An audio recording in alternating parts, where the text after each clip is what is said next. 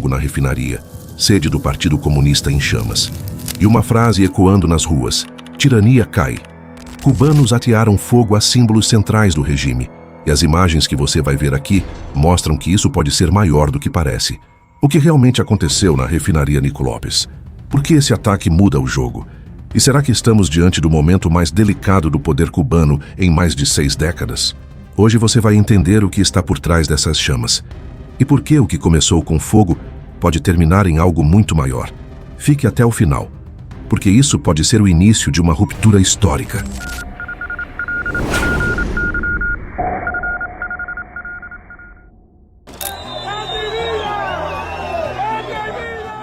Olhe para essas imagens. Veja a fumaça subindo. Escute os gritos nas ruas.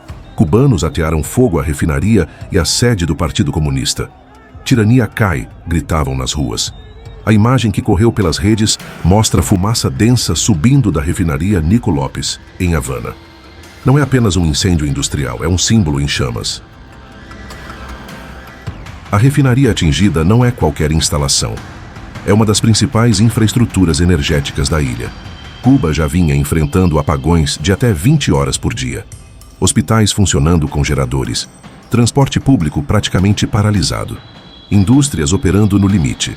Quando uma estrutura dessas pega fogo em meio a uma crise energética histórica, o impacto não é apenas simbólico, é estrutural.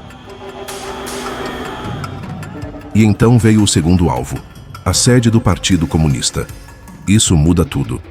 Porque atacar um prédio é uma coisa, atacar o centro ideológico do regime é outra completamente diferente. Não é vandalismo isolado, é um desafio direto ao poder que governa Cuba há mais de 6 décadas. Milhares de cidadãos foram às ruas. O que começou como manifestações isoladas contra a escassez crônica de alimentos, combustível e eletricidade, rapidamente se transformou em uma onda de protestos em massa que abalou o alicerce cubano. E olhe para essas cenas. Patrulhas policiais, símbolos do controle repressivo do governo, tornaram-se o principal alvo da indignação popular.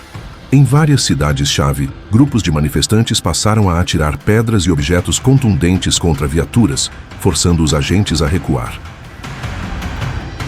Por que agora? O que fez a população sair do desespero silencioso para a confrontação aberta?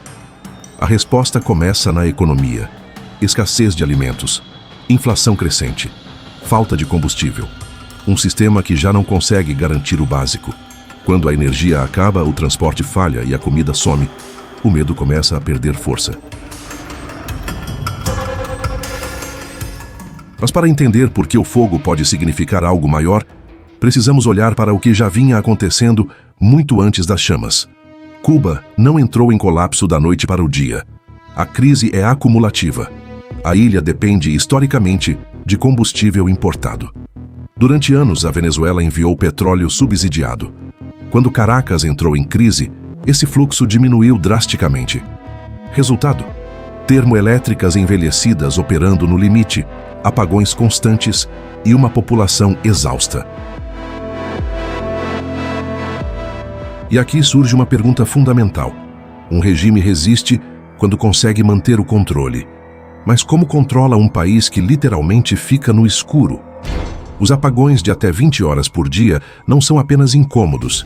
Eles travam hospitais, prejudicam o armazenamento de alimentos, paralisam o comércio e afetam diretamente o turismo, uma das principais fontes de divisas da ilha. Sem energia, não há hotéis funcionando plenamente. Sem hotéis, não há dólares entrando. E há outro fator pouco discutido. O grupo empresarial militar conhecido como Gaisa controla grande parte da economia cubana, do turismo aos portos. Ou seja, o exército não é apenas força armada, é gestor econômico. Então pense comigo, se a economia afunda, quem perde junto? Apenas o povo, ou também a elite militar? Além disso, o sistema monetário fragmentado, a desvalorização do peso cubano e o crescimento do mercado informal criaram uma realidade paralela, onde quem tem acesso a dólares sobrevive melhor.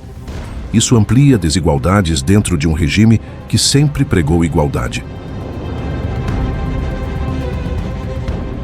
Mas existe um ponto decisivo em qualquer crise política: o exército. Regimes não caem apenas porque o povo protesta. Eles caem quando as forças armadas deixam de garantir a sustentação do poder. Então, a pergunta inevitável é: os militares cubanos estão dispostos a ir até o fim? Historicamente, em Cuba, o exército não é apenas braço de defesa. Ele é parte central da estrutura econômica e política. Como vimos, o conglomerado militar controla setores estratégicos como turismo, comércio exterior e infraestrutura portuária. Isso significa que qualquer colapso econômico também atinge diretamente a cúpula militar. E aqui entra um detalhe crucial. Quando a base da tropa sofre os mesmos apagões, enfrenta as mesmas filas e sente a mesma escassez que o restante da população, a disciplina ideológica começa a competir com a sobrevivência pessoal. Relatos indicam divisões internas. Oficiais de alta patente supostamente transferindo familiares e recursos para o exterior. Países como México, Nicarágua e Rússia aparecem como destinos possíveis, não por acaso, mas por alinhamentos políticos e históricos. Isso é apenas prudência estratégica ou preparação para uma eventual queda? Outro fator pesa: manter repressão constante custa caro, politicamente e financeiramente. Em um país com reservas energéticas limitadas e economia fragilizada, prolongar o confronto interno pode acelerar ainda mais o desgaste. Se o regime realmente enfraquecer, o que acontece no dia seguinte? Essa é a pergunta que ninguém consegue ignorar, porque derrubar um sistema é uma coisa, reconstruir um país inteiro é outra completamente diferente. Alguns analistas já especulam sobre um possível governo de transição. A hipótese envolve reformas econômicas rápidas, abertura ao investimento estrangeiro e reestruturação do setor energético. Cuba tem posição estratégica no Caribe, mão de obra qualificada e histórico forte no turismo. Antes da Revolução, era um dos principais destinos da região. Poderia voltar a ser. Mas há outra variável: os Estados Unidos. Historicamente, Washington sempre teve peso decisivo na dinâmica da ilha. Se houver transição, haverá pressão externa por reformas pró-mercado.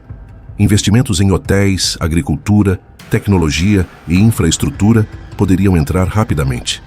Mas isso dependeria de estabilidade política. E aqui surge um dilema.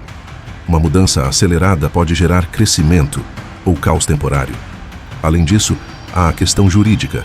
Parte da elite poderia enfrentar investigações internacionais por violações de direitos humanos, confisco de bens, julgamentos ou acordos silenciosos para garantir uma saída negociada.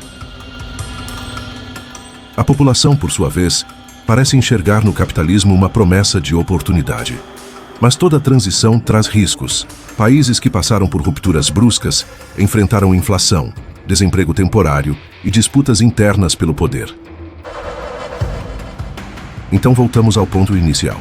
O incêndio na refinaria foi apenas um ato isolado de revolta, ou o sinal de que o medo mudou de lado.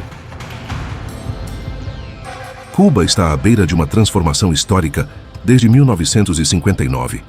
Ou veremos mais um ciclo de repressão seguido de silêncio? O fogo já começou. Agora resta saber se ele será contido ou se marcará o fim de uma era. Deixe sua opinião nos comentários. Queremos saber o que você pensa. E se gostou desse conteúdo, inscreva-se no canal e ative o sininho para acompanhar os próximos vídeos. Conheça também o clube de membros do canal. Lá você tem acesso antecipado aos vídeos, participa de conteúdos exclusivos e ainda ajuda diretamente a manter esse trabalho independente. Aqui não recebemos verbas públicas, nem apoio de partidos ou grandes conglomerados. Quem sustenta essa estrutura é quem valoriza a informação séria, direta e sem filtro. Se você quer ver mais vídeos como este, com análises que vão além do superficial, considere se tornar um apoiador hoje mesmo. Sua participação faz toda a diferença. Agora, clique nos vídeos que estão aparecendo aí na sua tela e continue explorando os bastidores da geopolítica mundial. Até a próxima!